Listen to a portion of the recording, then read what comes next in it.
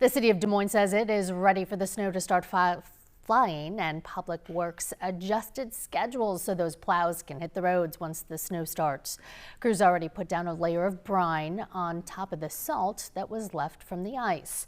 Plows cleared the snow routes first. Those are the 750 miles of roadway that see the most traffic.